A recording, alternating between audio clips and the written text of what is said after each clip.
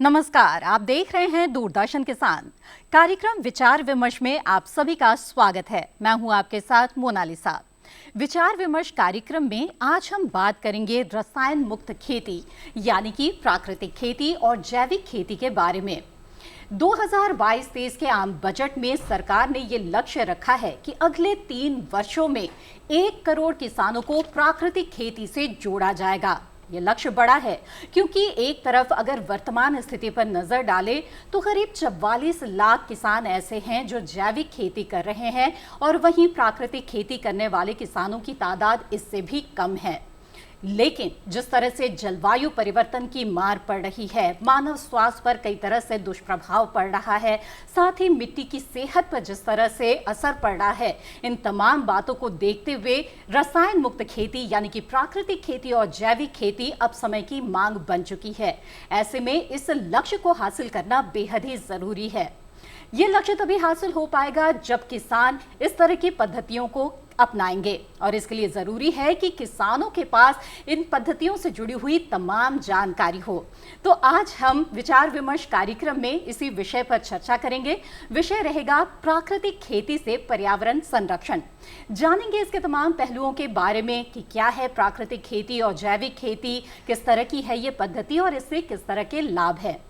इन विषय के बारे में हमें विस्तार से बताने के लिए, समझाने के लिए भारतीय कृषि अनुसंधान संस्थान पूसा नई दिल्ली के 3 प्रधान वैज्ञानिक इस वक्त हमारे साथ मौजूद है। आइए आपका परिचय करा दें। हमारे साथ है डॉक्टर दिनेश कुमार, हमारे साथ इस चर्चा में मौजूद हैं। नमस्कार। इसके साथ ही हमारे साथ हैं डॉक्टर वंदना त्रिपाठी। नमस्कार। और साथ ही हमारे साथ जुड़ी हुई हैं डॉक्टर आरती भाटिया। नमस्कार। आप तीनों का इस कार्यक्रम में बहुत बहुत स्वागत है। तो चर्चा की यहाँ पर हम शुरुआत करेंगे, लेकिन आइए उससे पहले नजर डाल लेते हैं एक रिपोर्ट पर।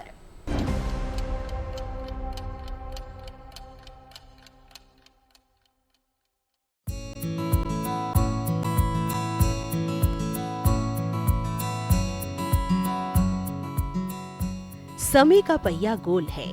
कभी कभी हम जहाँ से सफर शुरू करते हैं, एक दिन वापस वहीं आ जाते हैं। ऐसा ही कुछ हुआ खेती करने की तकनीक के साथ। 1966 में भारत में हरित क्रांति आई। ये वो दौर था जब किसान खेती के परंपरागत तौर तरीकों को छोड़ रासायनिक उर्वरकों की तरफ आकर्षित होने लगे। रासायनिक खाद के प्रयोग से खेतों में बम्पर फसल हुई और किसानों को मानो उनकी हर समस्या का समाधान मिल गया। इस क्रम में देश के कई राज्यों में उर्वरकों का असंतुलित प्रयोग किया जाने लगा। अधिक मुनाफे के लालच ने मिट्टी की प्राकृतिक उर्वरकता को खतरे में डाल दिया और फिर परिणाम वही हुए जिसका डर था। अब फसल पूरी तरह से रासायनिक खादों पर निर्भर होने लगी, जिसने खेती में खर्च को बढ़ा दिया। लिहाजा अब वक्त था इस समस्या के समाधान का। इसे ध्यान में रखते हुए सरकार ने परंपरागत कृषि विकास योजना की सौगात दी। साथ ही किसानों ने भी पुरानी खेती के तौर तरीकों का रुख करना शुरू कर दिया। प्राकृतिक खेती उन्हीं विधियों का सुधरा हुआ रूप है जिसे हम पहले अपनाया करते थे, जिसमें गोबर की खाद, फसल अवशेषों का सही निपटान और रोग बीमारी के लिए प्राकृतिक कीटनाशकों का प्रयोग करना है। इसके लिए किसान और विशेषज्ञ अपने अपने स्तर पर शोध करते आए हैं, जिसमें उन्होंने कई हरी खाद, 10 पर्णी सत्व, गोबर की खाद, जीवामृत, जीवाणु खाद, फसल अवशेष और फसल चक्र जैसी विधियों को अपनाकर भरपूर उत्पादन ले रहे हैं। प्राकृतिक खेती अपनाने से कृषि की लागत में भी कमी आती है, साथ ही मिट्टी की सेहत भी संवरती है। प्राकृतिक खेती से एक और लाभ होता है पर्यावरण का संरक्षण। मिट्टी में जैसे ही प्राकृतिक खादें डाली जाने लगती है, उसमें जैव क्रियाएं बढ़ जाती है, जो पारिस्थितिकी का हिस्सा है। वहीं विशेषज्ञ मानते हैं कि प्राकृतिक खेती में संसाधन के साथ साथ 70% पानी की भी बचत होती है। इसे अपनाकर मिट्टी की सेहत और पैदावार दोनों बढ़ाई जा सकती है। साल 2023-24 के बजट के तहत अगले 3 सालों में सरकार के 1 करोड़ किसानों को प्राकृतिक खेती अपनाने के लिए सहायता करेगी। इसके लिए राष्ट्रीय स्तर पर वितरित सूक्ष्म उर्वरक और कीटनाशक के लिए 10,000 बायो इनपुट रिसोर्स केंद्र बनाए जाएंगे। पर्याप्त मात्रा में खाद उपलब्ध हो सके, इसके लिए सरकार इस बार गोवर्धन योजना लेकर आई है, जिससे बायोगैस और जैव खाद मिलेगी। साथ ही अवशिष्टों का सही निपटान भी हो सकेगा और प्राकृतिक खेती से तैयार उपज का बाजार में बढ़िया दाम भी मिलता है। मतलब प्राकृतिक खेती हर ओर से मुनाफे की खेती है।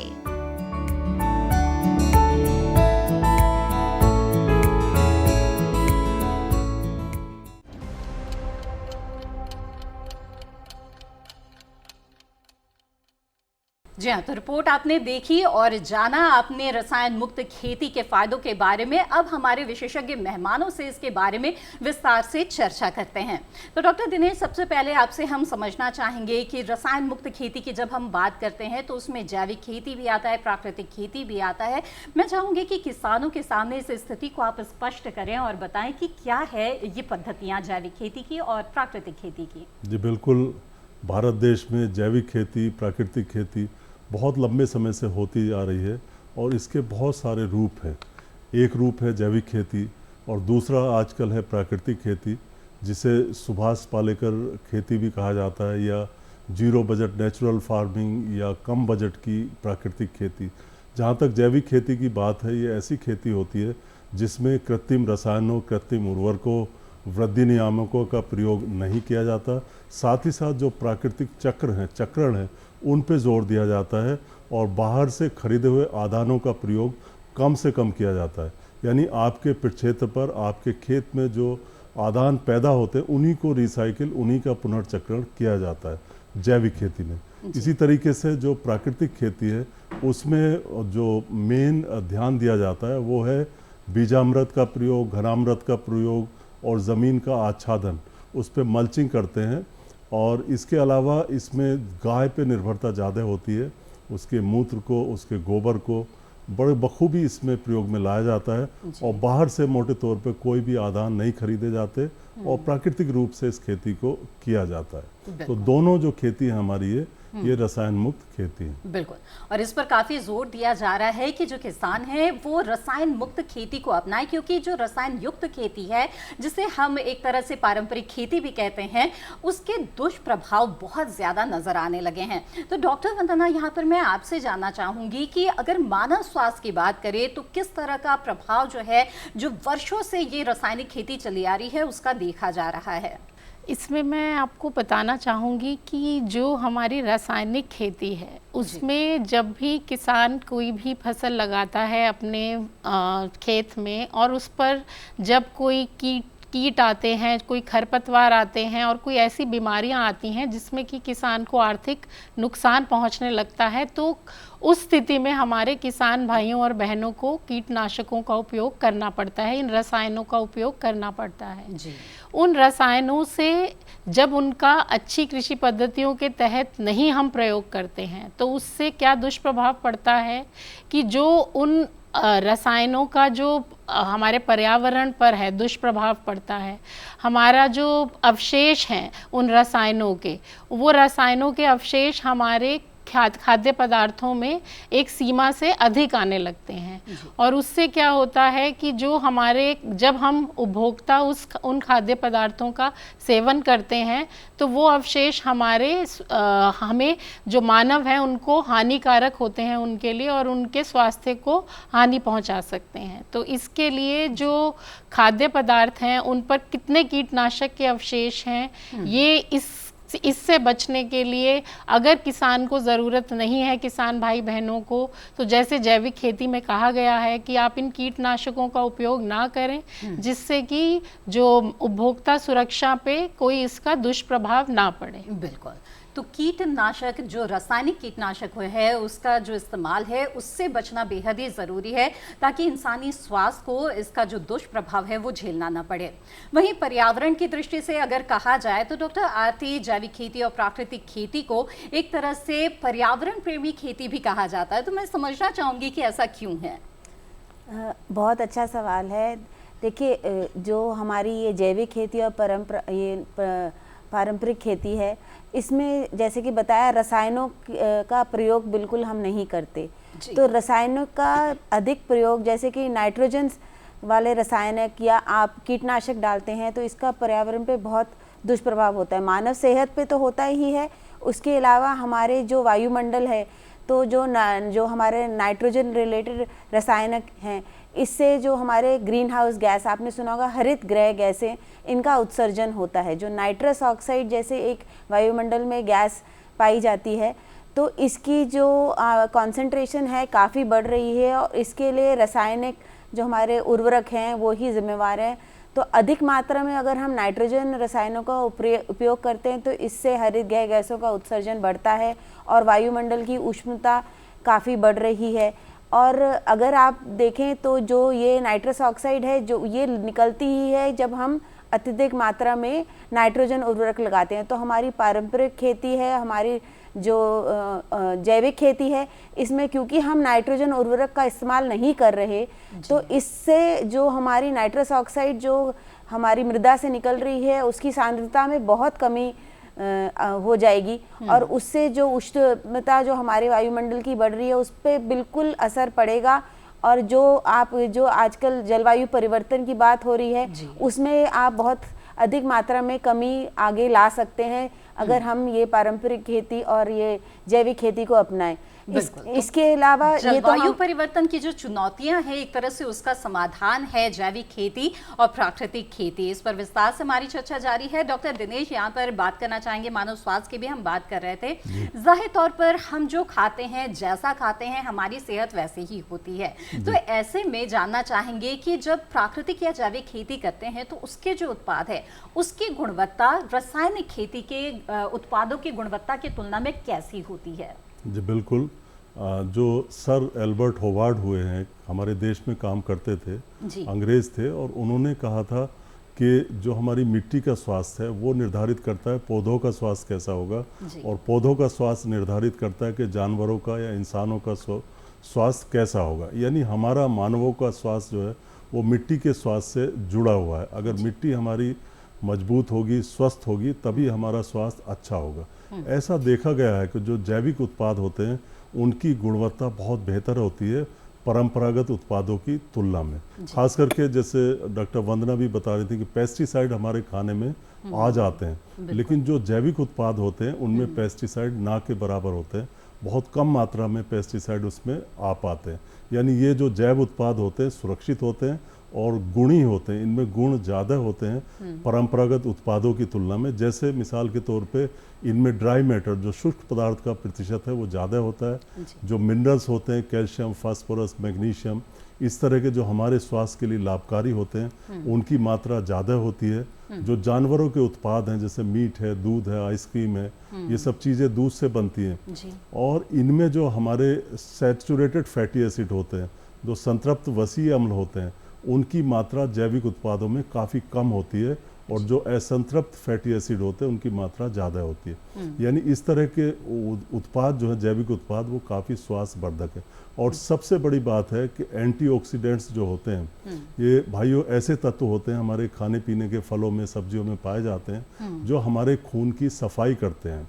जैसे टमाटर का रंग आपने देखा होगा लाल होता है, तो लाइकोपीन की वजह से होता है, ये एक एंटीऑक्सीडेंट है। तो कुल मिला के ये जो जैव उत्पाद होते हैं, इनका जो गुणवत्ता है और इनकी जो न्यूट्रिशनल वैल्यू है वो परंपरागत उत्पादों की तुलना में कहीं बेहतर होती है। बिल्कुल।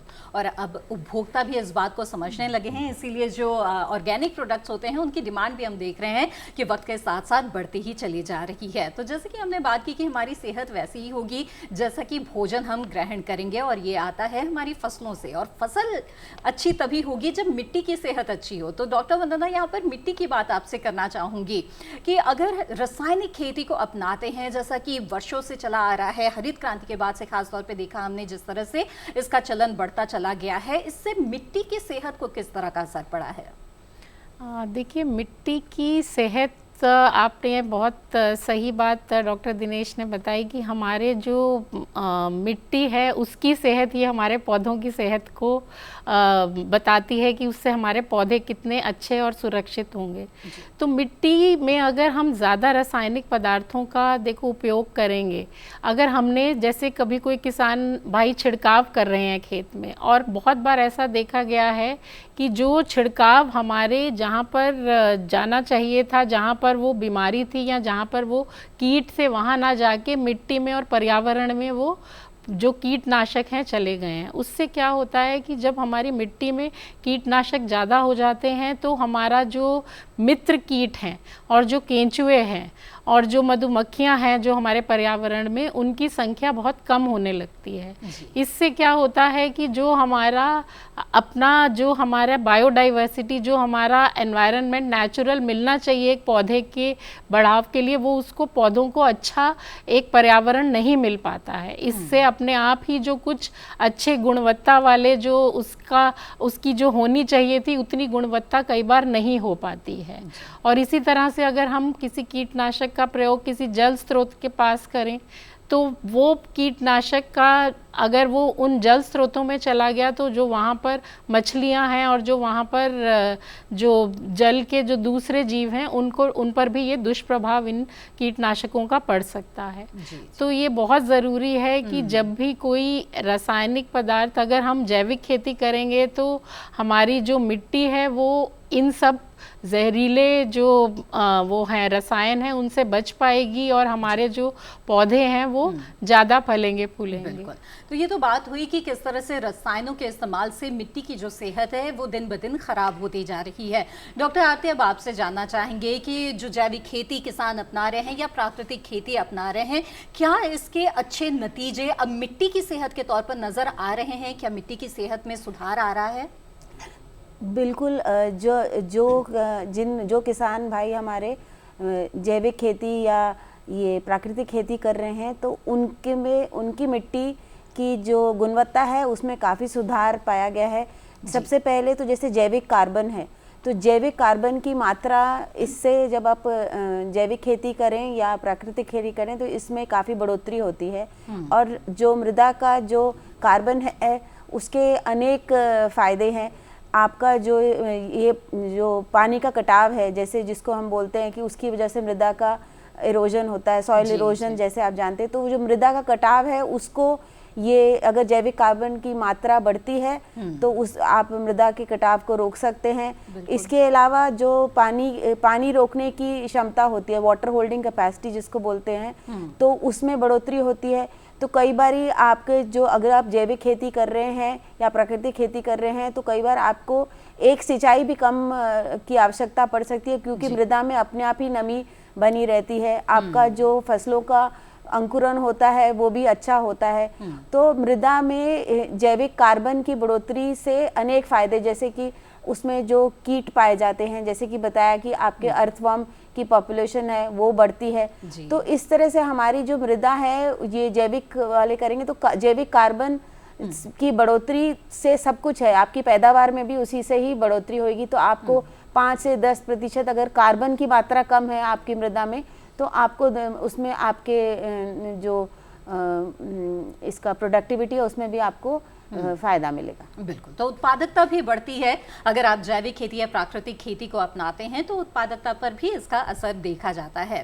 डॉक्टर दिनेश, यहाँ पर आपसे जानना चाहेंगे कि मिट्टी में कार्बनिक पदार्थ ज़्यादा होगा तो अच्छी फसल होगी, इसकी बात तो हमने की, लेकिन इसके साथ साथ कई और पोषक तत्व भी होते हैं पौधे जो मिट्टी से लेते हैं। मुख्य पोषक तत्व भी है और सूक्ष्म पोषक तत्व भी है।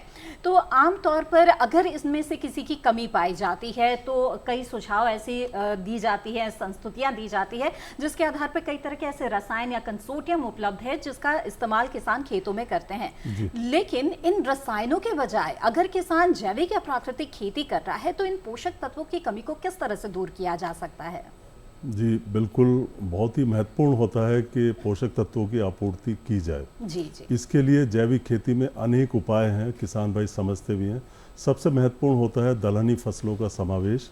किसान भाइयों, आपको अपने फसल चक्रों में जो आपके अनाज आधारित फसल चक्र हैं, अनाज के बाद अनाज वाली फसल धान गेहूँ जैसे लेते हैं, गन्ना गेहूँ इस तरह से आप लेते हैं, उनमें आपको बदलाव लाना होगा, फसल चक्र अपनाने होंगे जिसमें दलहनी फसलों का समावेश करना होगा। दूसरा, आप हरी खाद का प्रयोग समय समय पर 2-3 साल में एक बार अपने खेतों में करते रहें, उससे भी पोषक तत्वों की आपूर्ति होगी। इसके अलावा कंपोस्ट आप बना सकते हैं, वर्मी कंपोस्ट बना सकते हैं।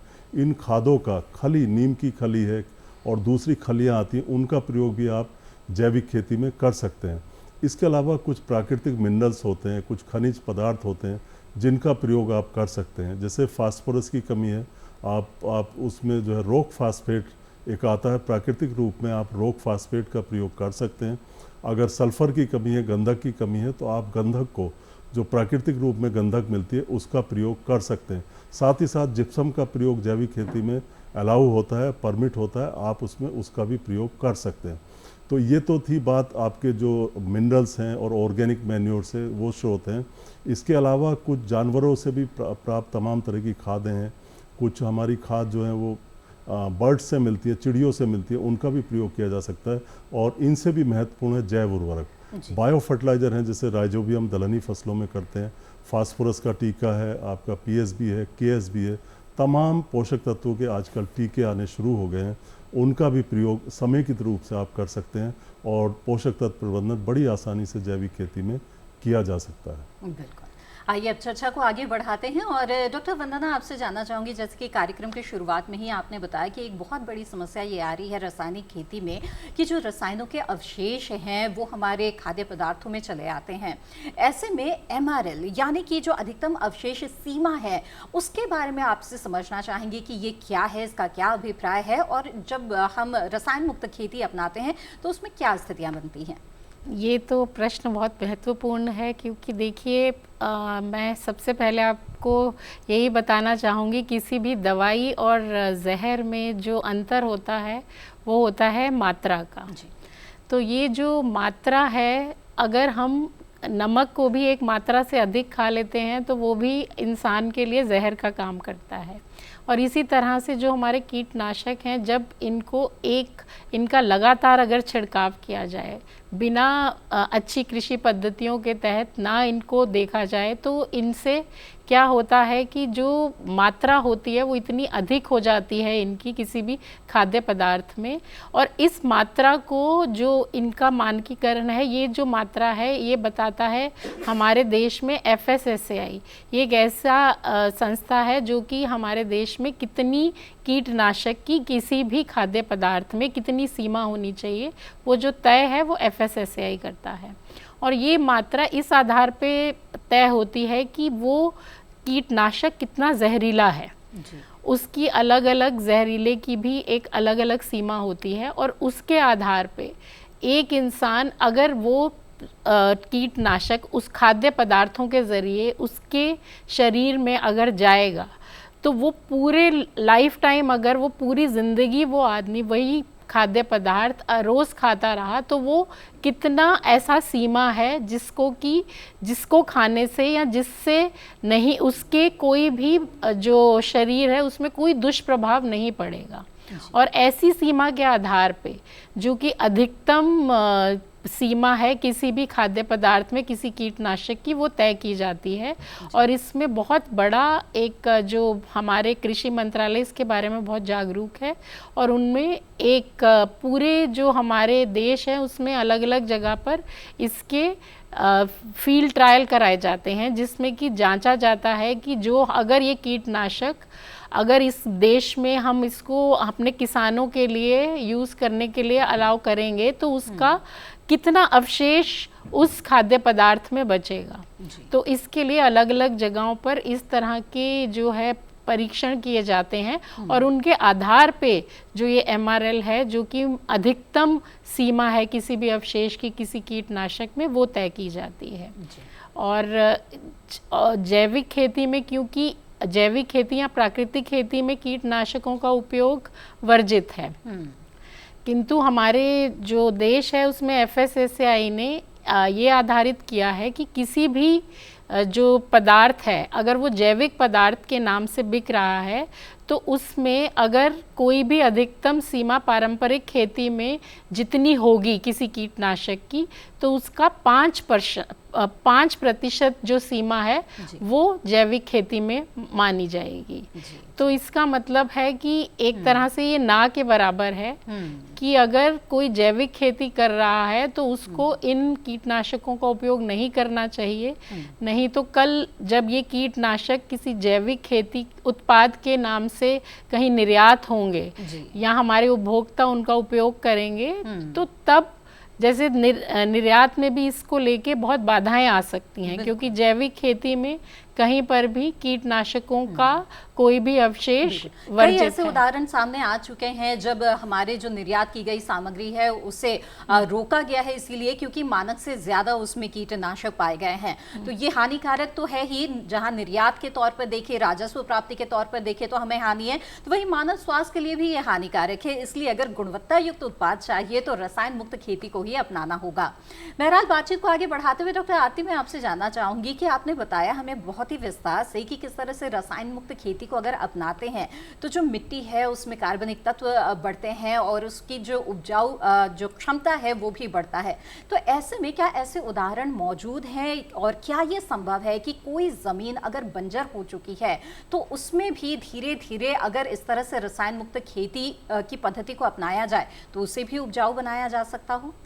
आपने बिल्कुल ठीक कहा कि अगर हमारी जो मृदा में उसकी जो फर्टिलिटी कम है तो जो कम उपज दे रही है, तो ऐसी मृदा में अगर ऐसी मिट्टी में अगर हम प्राकृतिक खेती करते हैं और हम ये ऑर्गेनिक खेती करते हैं तो जैसे कि है सॉइल कार्बन, जैसे आपको बताया, उसकी मात्रा में बढ़ोतरी होगी और धीरे धीरे सॉइल कार्बन जैसे ही बढ़ेगा तो हमारे जो मित्र कीट हैं, क्योंकि जो हमारे मित्र कीट हैं उनकी संख्या बढ़ेगी, मृदा के ऊपर भी और मृदा की अंतरी सतह में भी हमारे मित्र कीटों की संख्या बढ़ेगी, हमारी जैव विविधता बढ़ेगी। और जब हम ये दलनीय फसल या फसल चक्रों का इसमें शामिल करेंगे तो उससे जो है नाइट्रोजन की पाई होगी और नाइट्रोजन मिलेगा तो हमारी जो मृदा है उसकी उत्पादकता पक्का बढ़ेगी। तो अगर आप ये प्राकृतिक खेती करते हैं धीरे धीरे तो जो आपकी जो बंजर ज़मीन जिसको आप कह रहे हैं जिसमें कम पैदावार हो रही है, धीरे धीरे साल 2 साल में आपकी उसमें काफ़ी वो उपजाऊ हो जाएगी।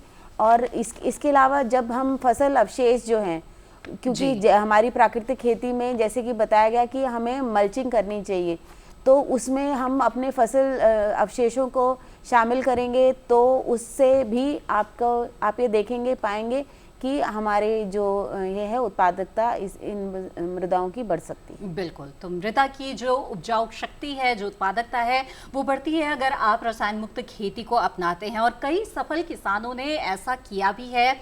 आपको बता दें कि गुजरात के जो राज्यपाल है महामहिम आचार्य देवव्रत, उन्होंने बहुत ही सफल प्रयोग किया है और उन्होंने भी ये साबित कर दिखाया है कि अगर जो मिट्टी है जिसने अपनी उपजाऊ शक्ति खो दी है वहां पर भी अगर प्राकृतिक खेती को अपनाया जाए तो वो मिट्टी भी लहलहा सकती है। बहरहाल चर्चा हमारी जारी रहेगी, जानेंगे आगे कि फसलों में कई बार रोग व कीट की भी समस्या आ जाती है, तो ऐसे में किसान यही मानते हैं कि रसायनों के जरिए ही इनसे छुटकारा पाया जा सकता है। लेकिन क्या ये सच है? क्या रसायन के बजाय भी वो इनसे छुटकारा पा सकते हैं या नहीं? क्या कुछ उपाय किसानों के पास है? इस पर विस्तार से बातचीत करेंगे। लेकिन फिलहाल विचार विमर्श कार्यक्रम में वक्त हो गया है एक छोटे से ब्रेक का। आप बने रहें दूरदर्शन किसान पर।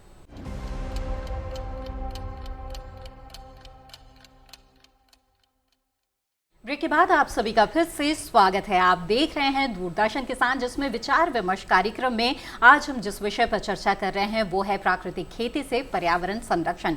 विस्तार से हमारी बातचीत यहाँ पर जारी है कि रसायन मुक्त खेती यानी कि प्राकृतिक खेती और जैविक खेती क्या है और इसके क्या फायदे हैं। तो हमारी चर्चा जारी है हमारे विशेषज्ञ मेहमानों से। बातचीत को यहाँ पर आगे बढ़ाते हैं और जैसा कि डॉक्टर दिनेश, जो प्राकृतिक खेती है उसके बारे में एक तरह से परिभाषित इस तरह से किया जाता है कि जंगलों में किसी भी मानव हस्तक्षेप के बिना और किसी तरह की भी फसलों की देखभाल के बिना बहुत ही अच्छे फल मिलते हैं और अच्छी पैदावार वहां पर मिलती है। तो इसी तकनीक को प्राकृतिक खेती में खेतों में अपनाया जा सकता है। तो ऐसे में आपसे ये जानना चाहूंगी कि जैसे कि आपने फसल चक्र का जिक्र किया, अगर मैं जंगलों से ही उदाहरण लूं तो वहां पर कई तरह के पेड़ पौधे एक साथ उगते हैं। तो ऐसे में क्या इसका असर पड़ता है मिट्टी की सेहत पर या फसल की सेहत पर? क्या इसीलिए फसल चक्र अपनाने की बात की जाती है अंतर्वर्तीय फसलें, यानी कि एक साथ कई फसलें भी क्या ले सकते हैं किसान और क्या इसमें सफलता हासिल हो सकती है? जी बिल्कुल, इंसान जो है प्रकृति से सीखता है जी। और प्रकृति में जो हो रहा होता है उसी से उदाहरण उठा के हम जैविक खेती में उनको अपनाते हैं, उनको फिट करते हैं। जैसे छोटा सा उदाहरण मैं बताता हूँ, इंसान ने हवाई जहाज़ बनाया। कैसे बनाया हवाई जहाज़? उसने पहले चिड़िया को देखा। चिड़िया के नोक होती है, जो बीक होती है, उसकी चोंच होती है, पीछे पंख होते हैं। आप गौर से देखना, चिड़िया और हवाई जहाज़ एक से लगते हैं। तो इंसान ने वहाँ से बहुत चीज़ें सीखी हैं। इसी तरीके से जो प्रकृति में नेचुरल चक्र हमारे चल रहे हैं, उनके ज्ञान को उठा के हमें खेती बाड़ी में लगाना है। मिसाल के तौर पे जैसे मैडम ने अभी कहा, अंतर फसली जो खेती है उससे कैसे फ़ायदा होता है। किसान भाइयों, एक पुश एंड पुल थ्योरी होती है। उसमें क्या होता है, जैसे मक्का, ज्वार, बाजरा, ये 3 फसल है। इसमें आपके तना छेदक लगता है, एक कीट लगता है जो नुकसान करता है फसल को। इसी तरीके से एक स्ट्राइगा नाम का खरपतवार लगता है जो आपके सेमी पैरासाइट होता है, जो जड़ में लगता है। किसके? मक्का, ज्वार, बाजरा। अब क्या करा इंसानों ने, क्या करा कि इन फसलों के बीच में उन्होंने डेस्मोडियम नाम का एक लेग्यूम लगा दिया, एक चारे की फसल लगा दी जो दलहनी होती है। जैसे मक्का की 2 पंक्ति है, बीच में डेस्मोडियम लगा दिया। अब होता क्या है, जो स्टेम बोरर होता है इसकी इल्ली नुकसान करती है। पहले ये अंडे देती है, फिर इल्ली बनती है और इल्ली तने को खाती है। होता क्या है कि जो डेस्मोडियम साथ में उग रहा है, इससे कुछ वोलेटाइल कंपाउंड्स निकलते हैं जो इंसेक्ट को, जो कीड़ा है तना छेदक का, उसको दूर भगा देता है। साथ ही खेत के चारों तरफ पेनिसिटम परपुयम नाम की एक घास लगाई जाती है जिसको हाथी घास कहते हैं। चारों तरफ उसको लगा दिया जाता है और वो अपनी तरफ इसको पुल करती है। जो इंसेक्ट का एडल्ट है, नर और मादा, इनको वो अट्रैक्ट करता है पेनिसिटम परपुरियम के पौधे, और वहाँ पे जाके ये अंडे देती है। और जो परपुरियम का पौधा है उससे कुछ वोलेटाइल कंपाउंड निकलते हैं उड़ने वाले, वो उन अंडों को मार देते हैं। तो आप देखिए, कीड़े का नियंत्रण प्राकृतिक तौर पर हो गया। आपने क्या किया कि 3 तरह की फसल लगाई, मक्का, ज्वार या बाजरा में से एक फसल ली, एक आपने डेस्मोडियम लिया और तीसरा आपने पेनिसिटम घास ली जो चारों तरफ लगाई थी। ये तो हुआ आपका कीड़े का नियंत्रण। दूसरा खरपतवार का नियंत्रण बताता हूँ। स्ट्राइगा जो जड़ में होता है आपके मक्का, ज्वार, बाजरा के, वहाँ पे जो आपके डेस्मोडियम है, चारे की फसल लगाई है, उसकी जड़ से कुछ वोलेटाइल कंपाउंड निकलते हैं जो उसको अंकुरित होने से रोक देते हैं, यानी स्ट्राइगा को मार देते हैं। आपने देखा जो अंतर्वर्ती फसल है या मिक्स क्रॉपिंग है, ये करने से हम कीड़ा मकोड़ा और खरपतवार दोनों से हम पीछा छुड़ा लेते हैं। तो इसी तरीके से बहुत सारे प्राकृतिक चक्र हैं जिनको हम जैविक खेती में लगा सकते हैं। बिल्कुल, इनके बारे में विस्तार से आगे चर्चा करेंगे, लेकिन बातचीत को यहाँ पर आगे बढ़ाते हुए डॉक्टर वंदना, आपका रुख करना चाहूँगी और आपसे ये जानना चाहूँगी कि जैविक खेती जब किसान करता है तो उसे जाहिर तौर पर प्रमाणीकरण भी चाहिए, क्योंकि तभी वो अपने उत्पाद को जैविक उत्पाद के तौर पर बेच सकता है। तो इसके लिए उसे बताना होता है कि अब वो रसायन से खेती नहीं कर रहा है बल्कि जैविक खेती कर रहा है। तो एक निश्चित अंतराल के बाद उसके जो उत्पाद है उसे जैविक उत्पाद मान लिया जाता है। लेकिन मैं आपसे ये जानना चाहती हूँ कि इस पद्धति को अपनाने के बावजूद, यानी कि जैविक खेती के पद्धति को अपनाने के बावजूद भी क्या इन उत्पादों में रसायन के जो ट्रेसेस है वो मिल सकते हैं, और इसके लिए क्या किसी तरह की टेस्टिंग की व्यवस्था है? बहुत ही उम्दा प्रश्न है आपका, और इस बारे में मैं ये बताना चाहूँगी कि आज के समय में जब हम जैविक खेती और प्राकृतिक खेती को बढ़ाने की बात कर रहे हैं, उसको इतने बड़े स्तर पे ले जाने की बात कर रहे हैं, तो ये जो एक ज़रूरत है आज कि हम जांच करें कि क्या हमारे हम जो उत्पाद हमें इस प्राकृतिक खेती या जैविक खेती से मिल रहा है, वो उत्पाद में कोई रसायनों का जो है सीमा, वो सीमा से नीचे है या कोई रसायन उनमें मौजूद हैं जो कि नहीं होने चाहिए।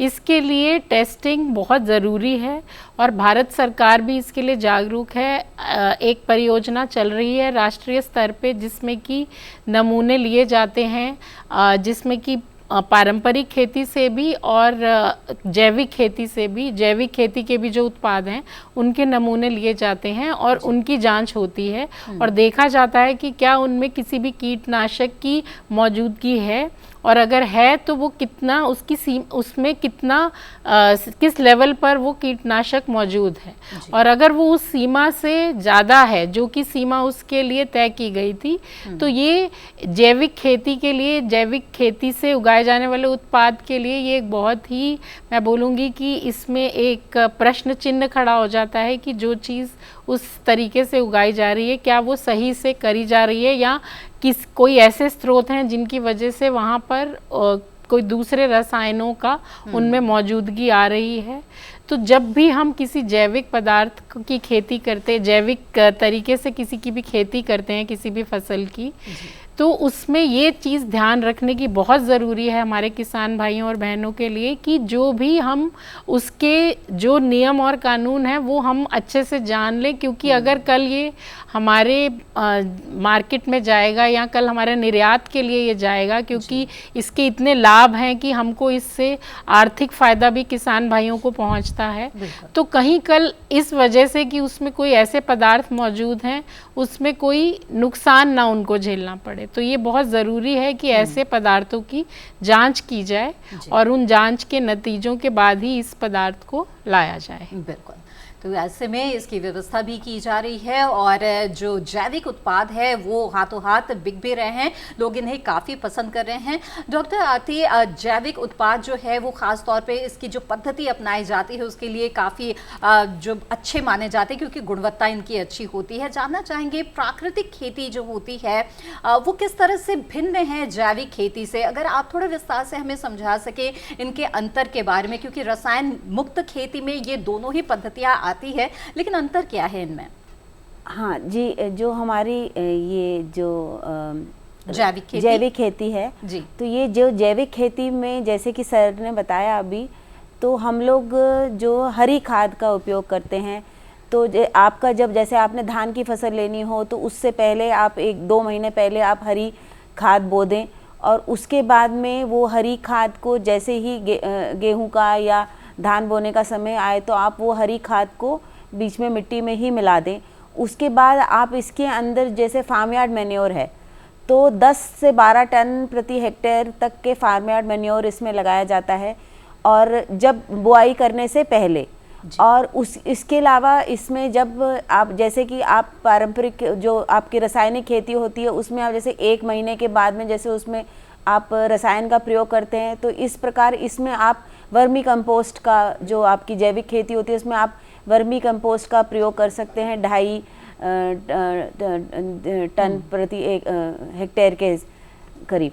तो इस तरह से देखिए जैविक खेती में आप हरी खाद, farm yard manure, vermicompost और ये जो फसल अवशेष हैं, फसल अवशेषों से बनी खाद, इनका प्रयोग करते हैं। और पारंपरिक खेती थोड़ी सी भिन्न है। आपने सुना होगा जैसे बीजामृत जी और जीवामृत और घन जीवामृत, ये सब जो ये पद्धतियां हैं ये पारंपरिक खेती की हैं। तो आप इसमें प्राकृतिक खेती, तो इसमें आप करते हैं कि आप पहले जो बीज का उपचार करते हैं, तो इसी वो बीजामृत होता है, उसमें भी आपको जो आपका गाय का मूत्र होता है उसके और मल उसको उसमें थोड़ी थोड़ी मात्रा लेके बीजों का उपचार किया जाता है।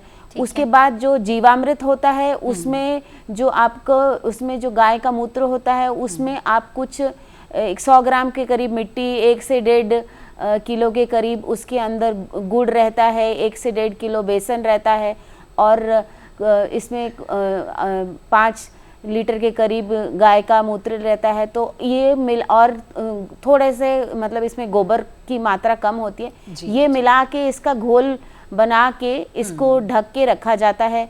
फिर इसको इस तरह से उस कुछ देर लाइक 1 हफ्ते 10 दिन तक आपको इसको ढक के छोड़ना होता है। तो इसमें जो कीटाणु होते हैं उनकी जो मात्रा होती है जो फायदेमंद, जिसको हम कहते हैं ना सूक्ष्म कीटाणु, जो कि हमारी मिट्टी की गुणवत्ता बढ़ाते हैं, तो इस जो घोल के अंदर में हमारे जो हमारे मित्र कीटाणु होते हैं इनकी संख्या बढ़ती है और फिर हम इसका उपयोग करते हैं। और इसके अलावा जो घन जीवामृत है, ये घन जीवामृत का उपयोग होता है अगर आपके पास में गोबर की उपलब्धता है तो इसमें आप अच्छे 100 किलो जैसे प्रति हेक्टेयर के हिसाब से 100 किलो, ज़्यादा नहीं, ये भी 100 किलो के करीब 100 से 150 किलो आपका इसमें गोबर रहेगा। और इसमें थोड़ा सा आपको गुड़ रहेगा, बेसन रहेगा, और जैसे इसका ही फिर से आपको घोल बनाना है।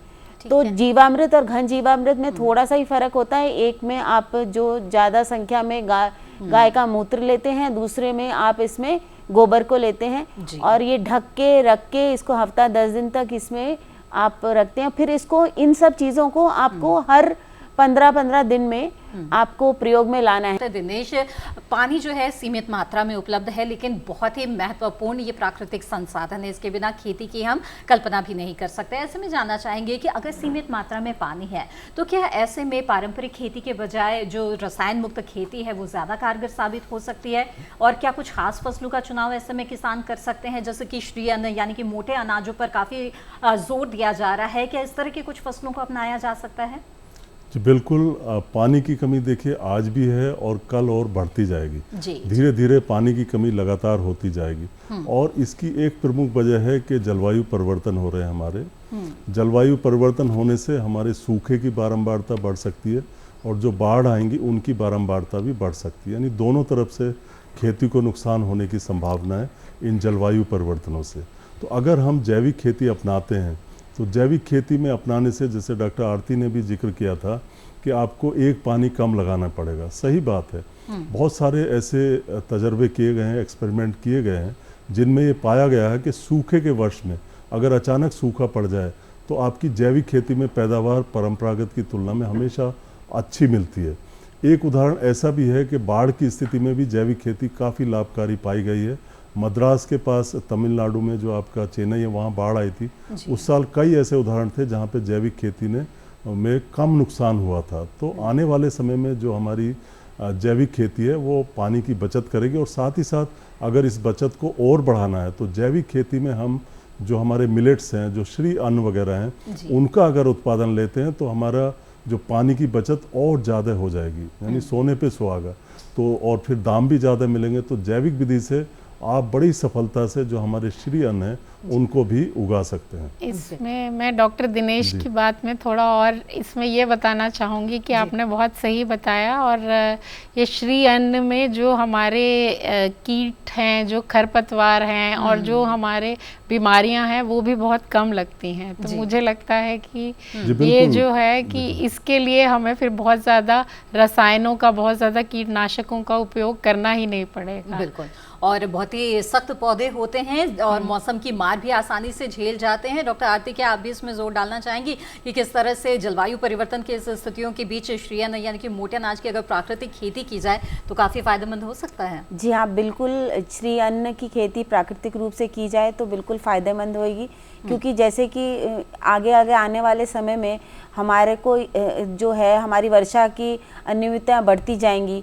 तो वर्षा होनी है, नहीं होनी है, तो ये अगर हमारे जो मोटे अनाज हैं, श्री अन्न है, अगर हम इनकी खेती करते हैं तो कीटनाशकों की जो तो आपको कीट आएंगे नहीं, और जो वर्षा की जो कमी है तो वो आप प्राकृतिक खेती में आप उसकी, जैसे कि बताया कि आपको कम सिंचाई भी करनी पड़ेगी। आपके फसल अवशेष जो होते हैं, जो हम सतह पे बिछा के रखते हैं, इसमें प्राकृतिक खेती में जो 3 पद्धतियां बताई थी, उसके अलावा जो हमारे फसल अवशेष हैं उनको भी हम बिछौने की तरह आच्छादन कहते हैं। हाँ, आच्छादन कहते हैं। मल्चिंग करके हम उनको बिछा के रखते हैं। तो इससे मल्चिंग करने से हमारी जो उसकी नमी है वो बड़ी रहती है, और ये मोटे अनाज जो है इनको ज़्यादा रख रखाव की ज़रूरत नहीं होती है। तो ये बड़े आसानी से, अच्छे ढंग से हम इनकी प्राकृतिक रूप से खेती कर सकते हैं। बिल्कुल। आइए आगे बढ़ते हैं। डॉक्टर वंदना, मैं आपसे ये भी जानना चाहूँगी कि जैविक खेती में कुछ जैव कीटनाशक भी होते हैं, तो इनका इस्तेमाल जब किसान करते हैं रोग कीट से छुटकारा पाने के लिए, क्या उस समय भी किसी तरह की सावधानी बरतने की आवश्यकता होती है? तो ये जो जैव कीटनाशकों का तो प्रयोग चाहे जैविक खेती हो चाहे वो प्राकृतिक खेती हो, दोनों में ही इसका इस्तेमाल के लिए अनुमति दी हुई है। और दोनों ही तरह से अगर हम इनको जैव कीटनाशकों को यूज़ करेंगे तो हम इसका जो हमारे क्योंकि ये जैविक पदार्थों से बने होते हैं, चाहे वो हमारे पेड़ पौधों के अर्क हों, बहुत सारे ऐसे पेड़ पौधे हैं जिनके अर्क जैविक जो हमारे जो फसलें हैं उनमें ऐसे कीटनाशकों का वो काम करती हैं जिसमें कि फिर हमें रासायनिक कोई भी कीटनाशक को इस्तेमाल करने की ज़रूरत नहीं है। नीम का एक बहुत बड़ा उदाहरण है जिसको आप जानती हैं। इसी तरह से हमारे और जीव जंतुओं से भी ऐसे कीटनाशक बनते हैं जिनके इस्तेमाल से जो हमारा किसान है वो अपनी फसलों की सुरक्षा कर सकता है। क्योंकि कभी भी कोई कीट आ जाए, कुछ आ जाए, तो जैविक खेती में अनुमति नहीं है कीटनाशक इस्तेमाल करने की। तो ये जैविक जो कीटनाशक हैं जो कि अब हमको ऐसे बहुत सारे जो प्रोडक्ट हैं वो हमको मिलते हैं जिनकी अनुमति दी गई है इस्तेमाल करने की, तो वो हमारे किसान भाई और बहनें ज़रूरत पड़ने पर इस्तेमाल कर सकते हैं। और उनके लिए सबसे अच्छी बात है कि कोई सीमाएं आधारित नहीं है, तो अगर वो किसी थोड़ी ज़्यादा मात्रा में भी इस्तेमाल कर ली जाएंगी तो उससे कोई ना किसान को इस्तेमाल करने में उस फसल का ना कोई उपभोक्ता पर दुष्प्रभाव पड़ेगा, ना कल ऐसे उत्पादों के निर्यात में कोई परेशानी आएगी। लेकिन डॉक्टर दिनेश, किसानों के सामने इन जैव आदानों की उपलब्धता का सवाल रहता है, लेकिन इस बार हमने देखा है कि बजट में भी खासतौर पर प्राकृतिक खेती को बढ़ावा देने के लिए जो कई घोषणाएं की गई है, प्रावधान किए गए हैं, उसमें 10,000 ये जो बायो इनपुट रिसोर्स सेंटर्स हैं इनकी भी बात कही गई है। तो इस तरह के जो सरकार द्वारा प्रयास किए जा रहे हैं, आपको लग रहा है कि इसके सफल परिणाम हमें जल्दी देखने को मिलेंगे? जी बिल्कुल, इनपुट ही नहीं बल्कि आउटपुट में भी जो हमारे गांव के ग्रामीण युवक हैं और वो रोजगार पा सकते हैं और पा भी रहे हैं। साथ ही साथ कुछ स्टार्टअप शुरू हो गए हैं। करते क्या है कि जो हमारे इनपुट्स हैं, जैसे इनपुट इसमें मैन्योर्स हैं, वर्मी कंपोस्ट है, बायो फर्टिलाइजर है, इनको गांव के स्तर पे भी पैदा किया जा सकता है। अपने अपने स्टार्टअप लोग इस्टेब्लिश कर रहे हैं और इनको बाजार में बेचा जा सकता है। और दूसरी तरफ जैसे कुछ पेस्टिसाइड है, बायो पेस्टिसाइड मैडम अभी बता रहे थे, नीम का तेल ही है या और तमाम तरह के बायो पेस्टिसाइड उपलब्ध हैं, इनमें भी रोजगार के अवसर है, इनमें भी स्टार्टअप आगे आ रहे हैं। इसी तरीके से जो जैविक खेती से प्राप्त हमारा आउटपुट है, जो उत्पाद है, उसकी हम प्रोसेसिंग कर सकते हैं, वैल्यू एडिशन कर सकते हैं। गाँव के स्तर पर कम से कम प्राइमरी जो प्राथमिक प्रोसेसिंग है उसको कर सकते हैं, उससे आपके पदार्थों के दाम बढ़ते हैं, क्योंकि जैविक पदार्थ है वैसी कीमत ज़्यादा होगी। फिर वैल्यू एडिशन यानी इसके मूल्य में संवर्धन आपने कर दिया तो लाभ आपका बढ़ जाएगा। नए युवक गांव के हमारे मार्केटिंग में जो इसका बेचने का सवाल है उसमें भी आगे आके अपना रोजगार प्राप्त कर सकते हैं और आमदनी बढ़ा सकते हैं। तो देखा आपने किस तरह से इस क्षेत्र में रोजगार की भी कई संभावनाएं मौजूद है। इस विषय पर इसी तरह से हमारी ये चर्चा जारी रहेगी, लेकिन फिलहाल विचार विमर्श कार्यक्रम में वक्त हो गया है एक और छोटे से ब्रेक का। हम जल्द हाजिर होंगे, आप बने रहें दूरदर्शन किसान पर।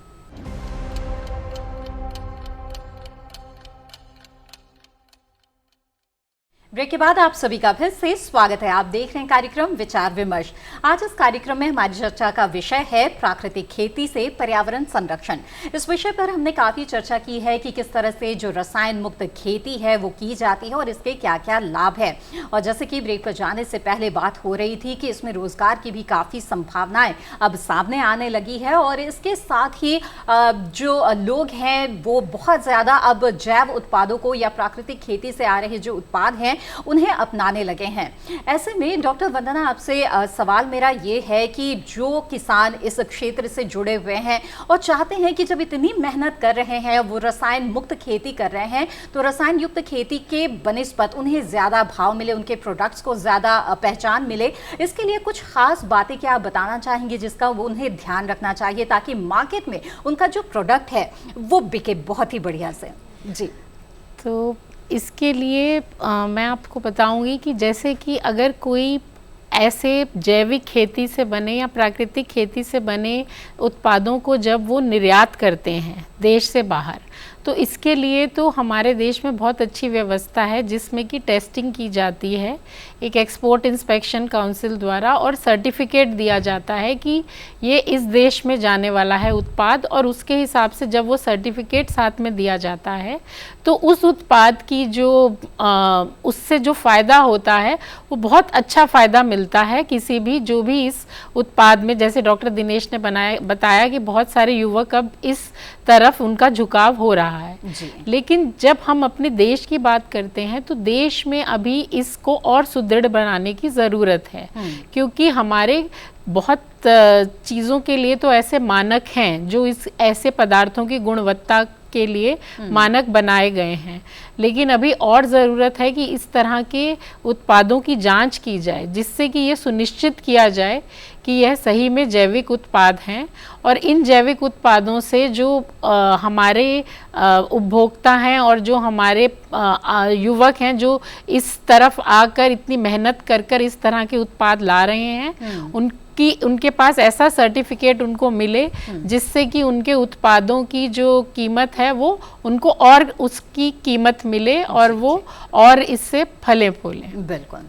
और इसके साथ ही जैसे कि आप सभी जानते हैं कि भारत इस साल G20 की अध्यक्षता कर रहा है और उसमें जो पर्यावरण और कृषि से जुड़े हुए कई विषय हैं उनमें सस्टेनेबल एग्रीकल्चर यानी कि टिकाऊ खेती भी एक अहम मुद्दा है। तो अगर इस विषय की बात की जाए डॉक्टर दिनेश, तो जो रसायन मुक्त खेती की हम आज बात कर रहे हैं, प्राकृतिक खेती और जैविक खेती, ये टिकाऊ खेती के लिए किस तरह से एक अच्छा समाधान हो सकता है? जी बिल्कुल, टिकाऊ खेती के अनेक उदाहरण हमारे सामने हैं। जैसे समेकित कृषि प्रणाली की बात हो रही थी, इंटीग्रेटेड फार्मिंग सिस्टम, वो भी एक तरह की टिकाऊ खेती है। जैविक खेती, प्राकृतिक खेती, इनको भी टिकाऊ खेती माना जाता है। एग्रो फॉरेस्ट्री सिस्टम है, कृषि वानिकी है, उसको भी टिकाऊ खेती माना जाता है। साथ साथ कुछ लोग आजकल जो कंजर्वेशन एग्रीकल्चर है, संरक्षण कृषि है, उसको भी टिकाऊ खेती की परिभाषा में रखते हैं। टिकाऊ खेती का मोटे तौर पर अर्थ ये होता है कि ये पर्याप्त मात्रा में फूड दे या जो मानव की अन्य आवश्यकताएं हैं उनकी पूर्ति करती हो, पर्यावरण को कोई नुकसान ना होता हो बल्कि पर्यावरण में सुधार करती हो, और जो आर्थिक महत्व है यानी किसान को पर्याप्त मात्रा में ये धन या आमदनी भी देती हो, और साथ ही साथ जो हमारे प्राकृतिक संसाधन हैं उनका भी संरक्षण करती हो, उनको कोई नुकसान ना पहुंचाती हो। तो इस तरह की खेती को हम टिकाऊ खेती या सस्टेनेबल एग्रीकल्चर करते हैं, और इसमें जो जैविक खेती, प्राकृतिक खेती है, इसके लिए ये क्वालिफाई करती है। बिल्कुल। और इसके साथ ही G20 का एक अहम विषय बायोडाइवर्सिटी यानी कि जैव विविधता भी है। तो डॉक्टर आरती, मैं आपसे जानना चाहूँगी कि जैव विविधता का क्या अर्थ है और किसमें हम बेहतर जैव विविधता देखते हैं, पारंपरिक खेती में या फिर रसायन मुक्त खेती में? अभी डॉक्टर दिनेश बात कर रहे थे टिकाऊ खेती की। जी। तो आपने बहुत अहम सवाल पूछा जैव विविधता का। इस टिकाऊ खेती में हमारी जैव विविधता का बहुत एक बड़ा योगदान है। अगर हमारी ये जैव विविधता बनी रहेगी तो हमारी खेती टिकाऊ रहेगी। इसी की अहमियत को देखते हुए सरकार द्वारा लगातार बल दिया जा रहा है, और जैसे कि मैंने कार्यक्रम की शुरुआत में भी कहा, लक्ष्य रखा गया है एक बड़ा कि 1 करोड़ किसानों को इसके अंतर्गत लाना है अगले 3 सालों में। लेकिन इस लक्ष्य को अगर देखें डॉक्टर दिनेश और मौजूदा स्थिति को देखें तो इस वक्त अगर हम कहें कि भारत में जितने भी कृषि योग्य भूमि है उसका मात्र 4% के आसपास ही है जो जैविक खेती के अंतर्गत आता है। ऐसे में लक्ष्य हमारे सामने बहुत बड़ा है। तो इस लक्ष्य को हासिल करने के लिए आपको क्या लगता है और क्या कदम उठाए जाने की जरूरत है? जी बिल्कुल, धीरे धीरे जो उपभोक्ता हैं वो भी चाहते हैं कि हमें जो है सुरक्षित उत्पाद मिले जिनमें पीड़कनाशी रसायन ना हो, गुणवत्ता अच्छी हो, और साथ ही साथ कुछ लोगों का इंटरेस्ट ये भी है कि उनको पर्यावरण सुरक्षा पे भी ध्यान देने लगे हैं, पढ़े लिखे लोग खास करके, या गांव के ऐसे लोग जो पर्यावरण से प्रेम करते हैं। तो सभी जानते हैं कि भाई हमें खेती में बदलाव लाने होंगे, और इसके लिए निश्चित तौर पे देश के किसान आगे आएंगे, और जैविक खेती का जो क्षेत्रफल है वो धीरे धीरे बढ़ता जाएगा, इसको ज़्यादा लोग अपनाएंगे। आपको जहाँ तक उत्पादकता की बात है उसकी चिंता करने की ज़रूरत नहीं है। 6-7 साल जब लगातार आप जैविक खेती करते रहेंगे तो आपको अच्छी उत्पादकता भी मिलनी शुरू हो जाएगी, और साथ ही इससे आपका जो आर्थिक स्तर है उसमें भी सुधार आएगा। बिल्कुल। तो ऐसे में जो किसान लगातार आमदनी प्राप्त करना चाहते हैं, साथ ही पर्यावरण की चिंता भी जिन्हें है और रसायन मुक्त खेती करना चाहते हैं, डॉक्टर वंदना, आप चलते चलते उन्हें कुछ सुझाव देना चाहेंगी सफलतापूर्वक इस तरह की खेती को अपनाने के लिए? मेरा सभी किसान भाइयों और बहनों से यही अनुरोध है कि आप अपनी सुरक्षा करें, आप पर्यावरण की सुरक्षा करें, आप अपने उपभोक्ता सुरक्षा करें, और सबसे बड़ी बात है, देखिए, अगर हम इस तरह की खेती को अपनाएंगे तो अपने आप ही ये सारी की सारी सुरक्षाएं, इनका कोई न हल अपने आप निकल आएगा। तो मैं सभी किसान भाइयों से यही अनुरोध करूंगी कि आपको अपना ख्याल रखना है, आपको अपने पर्यावरण का ख्याल रखना है, आपको देश का ख्याल रखना है और आपको ये भी सुनिश्चित करना है कि जो हमारी खाद्य सुरक्षा है वो भी सुनिश्चित रहे। हमारे जो निर्यात है देश से वो भी हमारे सुनिश्चित हों।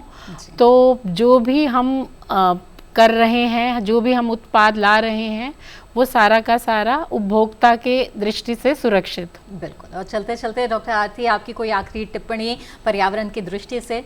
पर्यावरण की दृष्टि से तो मैं यही अपने किसान भाइयों और बहनों से अनुरोध करना चाहूँगी कि रासायनिक उर्वरकों का कम से कम इस्तेमाल करें और हो सके तो पारंपरिक ये जो हमारी प्राकृतिक खेती है इसको और जैविक खेती को जरूर अपनाएं। तो बहुत ही विस्तार से आप तीनों ने हमें समझाया प्राकृतिक खेती और जैविक खेती के फायदों के बारे में, उनकी पद्धतियों के बारे में। डॉक्टर दिनेश, डॉक्टर वंदना और डॉक्टर आरती, आप तीनों का बहुत बहुत धन्यवाद इस चर्चा में शामिल होने के लिए। धन्यवाद। धन्यवाद। तो आज आपने विस्तार से जाना कि रसायन मुक्त खेती यानी कि प्राकृतिक खेती और जैविक खेती कितनी महत्वपूर्ण है आज की इस तारीख में। इसके बावजूद हम देखते हैं कि अब तक हमारे देश में जो रसायन मुक्त खेती है वो मुख्य धारा की कृषि पद्धति नहीं बन पाई है, लेकिन इसे बनाना है और इसकी जिम्मेदारी हम सबकी है। सरकार भी अपने स्तर पर कई प्रयास कर रही है, जागरूकता के अभियान भी चलाए जा रहे हैं और कई तरह के कार्यक्रम चलाए जा रहे हैं। प्रोत्साहन किसानों को दिया जा रहा है कि इस तरह की पद्धति को किसान अपनाएं। हमें उम्मीद है कि आज की चर्चा में जो बातें सामने आई है उससे आपको जरूर ये समझ में आया होगा कि इस तरह की जो पद्धति है वो कितनी उपयोगी है आज की तारीख में, और आप भी इस पद्धति को जरूर अपनाएंगे, क्योंकि न सिर्फ ये आपकी टिकाऊ खेती के लिए जरूरी है, आपकी अच्छी आमदनी के लिए जरूरी है, बल्कि ये पर्यावरण के लिए भी जरूरी है। तो हमें उम्मीद है कि ये जानकारियां आपके लिए लाभकारी साबित होगी। विचार विमर्श कार्यक्रम के बारे में अपने विचार या सुझाव आप हमारे साथ साझा कर सकते हैं। हमारा ईमेल आईडी है vicharvimarsh08@gmail.com। इस ईमेल के जरिए आप अपने विचार और सुझाव हमारे साथ जरूर साझा करें, हमें इंतजार रहेगा। इसी के साथ विचार विमर्श की आज की कड़ी में बस इतना ही। अगले हफ्ते फिर हाजिर होंगे लेकर एक नया विषय। तब तक के लिए दीजिए इजाजत। आप बने रहें दूरदर्शन किसान पर। नमस्कार।